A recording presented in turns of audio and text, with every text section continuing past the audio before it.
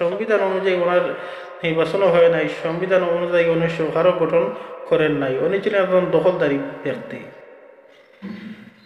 তবে হ্যাঁ, আমার আসসালামু আলাইকুম রহমতুল্লাহ। প্রিয় দেশবাসী, আশা করি সবাই ভালো আছেন, আলহামদুলিল্লাহ।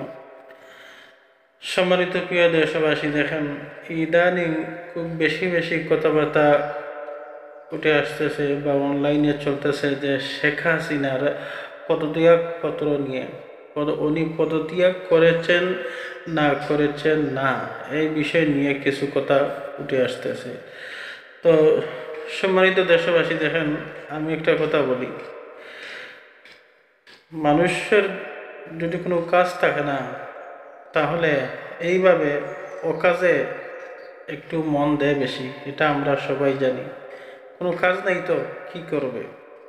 আর সব থেকে মূল বড় বিষয় হচ্ছে, মানুষকে যদি বুতে ধরে, ঠিক না, যদি কোনো শয়তানে ধরে, তাহলে দেখবেন আরো শয়তানের কথা বেশি বেশি মানুষের শুনবে।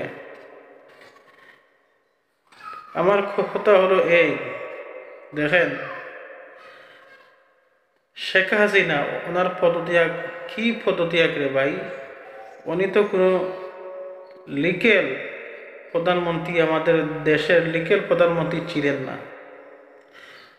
উনি তো সংবিধান অনুযায়ী ওনার নির্বাচনও হয় নাই, উনি সংবিধান অনুযায়ী আমাদের দেশের প্রধানমন্ত্রীও হন নাই, উনি ছিলেন একজন দখলদার, অবৈধ প্রধানমন্ত্রী। তাহলে এনার আবার কিসের পদত্যাগ পত্র আর কিসের উনি ছিলেন একজন দখলদার। ছাত্ররা এনাকে, একজন দখলদারি ব্যক্তিকে তাড়িয়ে তাদের অধিকার, বাংলাদেশের জনগণ সবাই তাদের অধিকারটুকু আদায় করেছে।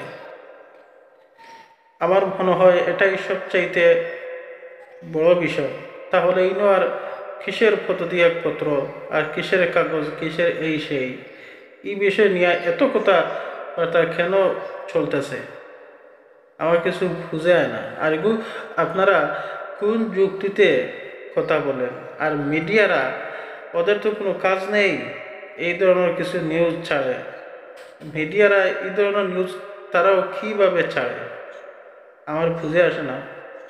উনি তো সংবিধান অনুযায়ী আমাদের দেশের প্রধানমন্ত্রী ছিলেন না, উনি তো ছিলেন এবং দখলদারি। তাহলে ওনার আবার কিসের পদত্যাগপত্র কাগজ, ওনার আবার কিসের উনি তো এমনিতেই পালিয়ে গেছেন। তাহলে ইনো আবার কিসের পদত্যাগপত্র এই সেই দেখানো লাগবে, তে এই লাগবে সেই লাগবে। আপনারা কি বুথে ধরেছে? বুথে না ধরলে মানুষকে এইভাবে পাগলের মতো কেউ কথা বলে না। এটা হচ্ছে একটা পাগলের মাত। যে কাগজ দেখবেন সাবেক প্রধানমন্ত্রী পদত্যাগ করেছেন কি করেছেন না, উনি একজন দখলদারি ব্যক্তি,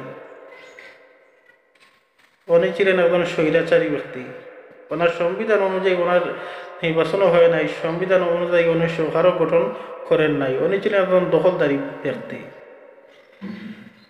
তবে হ্যাঁ, আমার মনের মধ্যে একটাই প্রশ্ন উঠে আসে, এরপরও উনি কিন্তু একজন বয়স্ক মানুষ, কিন্তু এনার মাথা থেকে এই ধরনের কথা, এই ধরনের কালচার আমার মনে হয় না আসবে করি, যে ওনার কল রেকর্ড বা ওনার রেকর্ডিং এই সেই। আমার মনে হয় না উনি এইভাবে কথা বলবেন করি। আমার মনে হয় এটা আওয়ামী লীগ সন্ত্রাসীদের কাজ। আর ও যে শেখ হাসিনার যে ছেলে সজীব ওয়াজেদ জয়ের কারবার, ও এইভাবে এডিটিং করে করে আতঙ্ক ছড়াচ্ছে।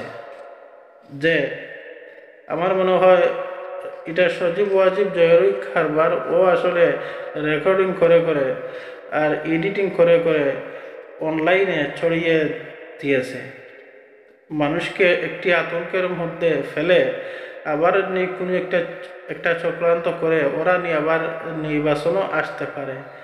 আসলে এদের এটাই পরিকল্পনা।